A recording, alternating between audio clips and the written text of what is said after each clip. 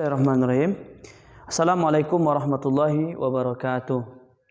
Selamat pagi anak-anak Bapak sekalian.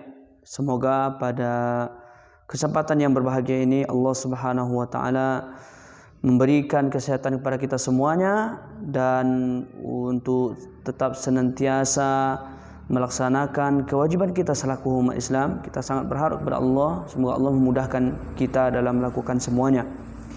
Anak-anak sekalian, baiklah, pada kesempatan yang berbahagia ini Bapak akan mengajak kita semua kembali belajar tentang materi pendidikan agama Islam kelas 4, yakni bab 4, ketentuan bersuci. Ya, baiklah anak-anak sekalian, kemarin kita telah belajar tentang bersuci. Ya, kita telah belajar tentang apa itu hadas. Ya, hadas yaitu adalah lebih kepada kondisi seseorang tersebut. Ya, kondisi seseorang tersebut ketika dia tidak suci maka disebut dengan berhadas. Ya, lebih kepada sifatnya. Nah, hadas ini ada dua. Kemarin kita telah jelaskan, ada hadas besar dan ada hadas kecil. Nah, untuk saat ini kita akan masuk kepada poin yang kedua, najis. Ya, anak-anak sekalian sudah pernah mendengar kata-kata najis? Para sahabat pasti semuanya sudah sering mendengarkan. Ya, najis itu secara bahasa berarti kotor. Jadi semua yang kotor itu secara bahasa itu disebut dengan najis. Sedangkan secara istilah, najis itu adalah sesuatu yang menjadi penyebab terhalangnya seseorang untuk beribadah kepada Allah Subhanahu wa taala. Ini karena adanya sesuatu, seseorang tersebut terhalang untuk beribadah kepada Allah Subhanahu wa taala, menjadi penyebab ya terhalangnya ibadah. Jadi berdasarkan zatnya, najis ini dikelompokkan menjadi 3. Ya, berdasarkan zatnya, maka najis ini dikelompokkan menjadi 3. Apa itu? Yang pertama, najis mukhaffafah atau disebut juga dengan najis ringan. Maksudnya apa? Cara pembersihannya. Jadi najis ini dilihat dari zatnya, cara membersihkannya itu dia terbagi dalam 3. Ada yang ringan, mudah membersihkannya, maka disebut dengan najis mukhaffafah. Najis mukhaffafah atau disebut dengan najis ringan. Apa contohnya anak-anak sekalian? Ya, contohnya adalah apa? Siapa yang tahu? Ya, hebat.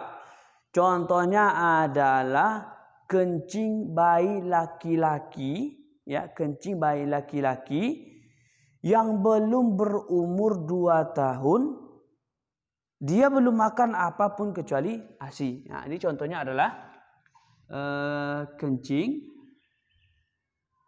bayi laki-laki,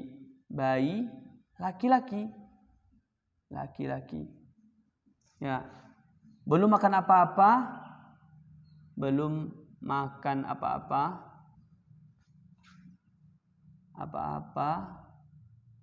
atau belum makan selain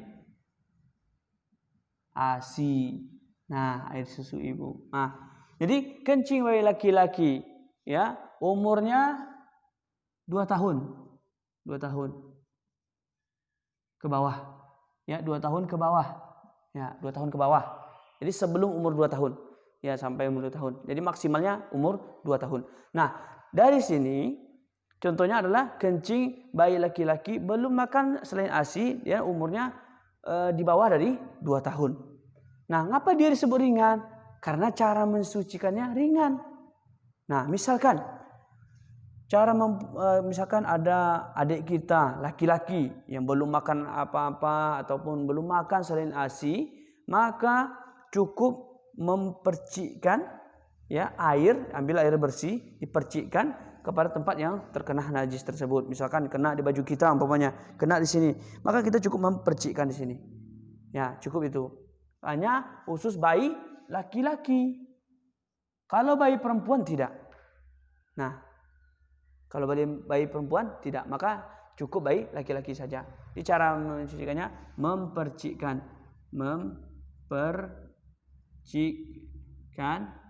air ya ke tempat terkena najis, ke tempat najis. Nah, maka misalkan baju kita kena sama kencing bayi tersebut, maka boleh dipakai untuk sholat. Ya, dengan syarat kita mempercikkan air tersebut ke tempat najisnya. Oke, ini yang pertama. Ya, kita lanjutkan anda sekalian. Najis cara mensucikannya, ya berdasarkan cara mensucikannya. Yang kedua adalah najis mutawasithah. Apa itu mutawasithah? Najis sedang. Nah, najis sedang. Nah, najis sedang ini ataupun najis mutawasithah ini contohnya adalah air kencing, ya. Air kencing ini air kencing baik laki-laki belum makan ASI. Kalau sudah lewat ke atas, maka ini adalah termasuk dia najis mutawasithah. Misalkan air kencing. Nah, air kencing ananda sekalian. Nah, ini termasuk bahagian dari najis mutawasithah. Apalagi contohnya? Ya, apalagi contohnya? Kotoran, apalagi darah, contohnya darah. Ya, darah. Ya, kotoran hewan yang haram dimakan, kotoran hewan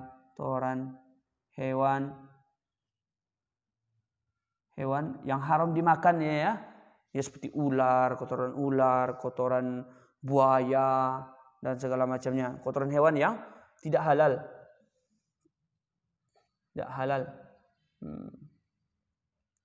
yang tidak halal dimakan. Apalagi tidak halal dimakan, atau kotoran hewan yang termasuk dalam kategori ini, ya, kotoran hewan yang termasuk dalam kategori hadis mutawasithah. Nah, selanjutnya lagi apa lagi yang termasuk dalam najis mutawasithah ini? Ada darah, nanah, nah, dan lain-lain. Banyak contohnya ya. Ini ada beberapa contoh yang lalu cara mensucikannya gimana? Ini kan lebih gampang, lebih mudah nih. Ketika najis mutawasithah ini ada pada kita, maka cara membersihkannya, gimana cara membersihkannya? Adalah dengan menuangkan air, mengalirkan air pada tempat tersebut. Ya, dalam hal ini terbagi dua. Ya, najis mutawasithah ini terbagi dua. Najis hukmiyah. Apa itu najis hukmiyah? Najis yang tidak jelas zatnya. Misalkan kencing yang sudah kering, ya, yang tidak jelas zatnya, tidak jelas.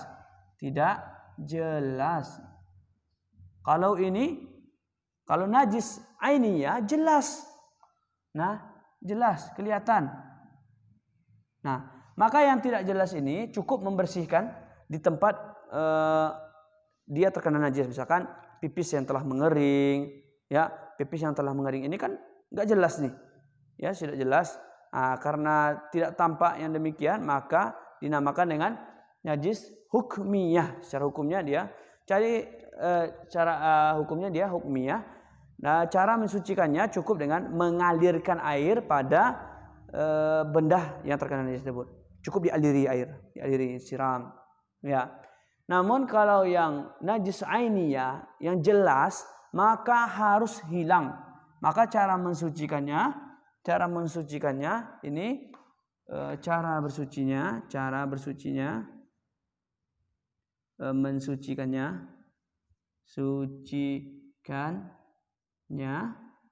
yang pertama harus hilang warna. Hilang rasa dan baunya. Nah, sampai hilang warna, rasa dan baunya. Misalkan kena baju kita nih, ada kelihatan mungkin warna-warna kuning, warna merah darah, maka sampai hilang warna, sampai hilang rasa, sampai hilang bau, maka barulah ketika itu jelas suci. Nah, ini najis mutawasithah. Ya, ini cara bersucinya. Adapun Yang ketiga, kita masuk kepada najis mughalladhah. Najis mughalladhah. Nah, ini disebut juga dengan najis berat. Najis berat. Ya, najis berat. Ya, ini ada ringan, sedang, dan ini najis berat. Bagaimana kok bisa disebut dengan najis berat? Karena cara mensucikannya itu lebih rumit dibandingkan yang pertama dan yang kedua. Nah, apa contohnya najis yang berat ini? Contohnya adalah jilatan anjing. Jilatan anjing. Oh, kok jilatan anjing ini termasuk mughalladhah, ya, berat, najis berat. Mengapa? Karena cara mensucikannya adalah dengan mensucikan, membasuh atau mencuci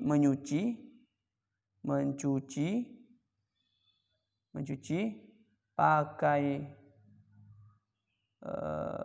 air, mencuci pakai air sebanyak 7 kali. Banyak 7 kali. Nah, dalam 7 kali ini di antaranya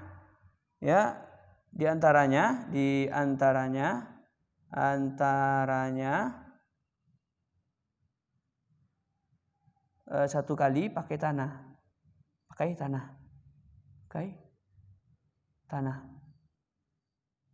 Nah, nih pakai tanah.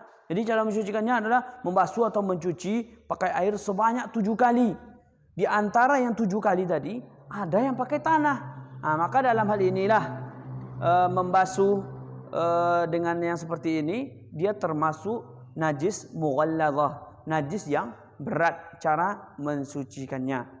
Nah, mengapa harus seperti ini? Rupanya berdasarkan penelitian, ketika dicuci saja dengan 7 kali dengan air tanpa dicampur dengan tanah, rupanya najisnya masih ada. Nah, inilah indahnya Islam, ya, mengajarkan kepada kita ketika ada jilatan anjing, ya, yang mengenai wadah kita, maka dibasuh, dicuci sebanyak 7 kali, diantaranya salah satu pakai tanah. Contoh, kita sudah basuh nih 5 kali. 1, 2, 3, 4, 5. Lalu kita campur dengan tanah lagi, digosok-gosokkan. Lalu yang keenamnya kita siram lagi, bersihkan. Lalu 7 habis. Nah, maka cara mensucikannya sebanyak 7 kali. Demikianlah Ananda sekalian. Inilah kita ulangi lagi. Yang pertama ada najis tadi. Najis ini terbagi bagi 3. Najis mukhaffafah, najis ringan. Najis mutawassithah, najis sedang. Najis sedang ini terbagi 2. Najis hukmiyah, yang tidak jelas bentuk najisnya lagi. Mungkin karena pipis telah mengering dan segala macamnya. Maka itu contohnya. Dan juga najis ainiyah, najis yang jelas kelihatan. Nah, cara mensucikannya sampai hilang warna, rasa, dan bau. Selanjutnya yang ketiga adalah jenis najis yang ketiga, yakni najis mughalladhah, najis berat. Contohnya jilatan anjing. Berat. Kenapa berat? Karena cara mensucikannya membasuh atau mencuci pakai air sebanyak 7 kali, diantaranya 1 kali pakai tanah. Mudah-mudahan Anda sekalian bisa memahaminya. Dan kita berharap semoga ini semua bisa kita terapkan dalam kehidupan sehari-hari. Demikian, assalamualaikum warahmatullahi wabarakatuh. Semangat. Ya.